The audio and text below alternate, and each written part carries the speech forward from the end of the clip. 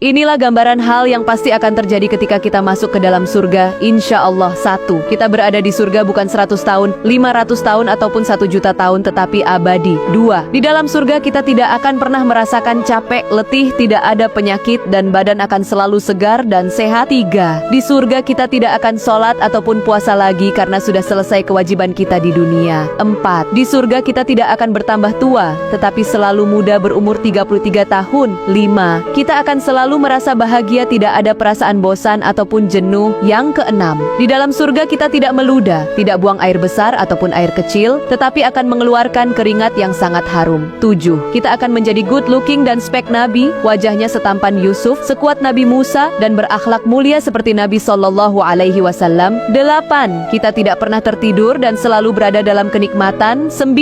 Kita akan bisa melihat wajah Allah dengan jelas seperti halnya bulan purnama yang terang benderang. Wallahu a'lam bishawab.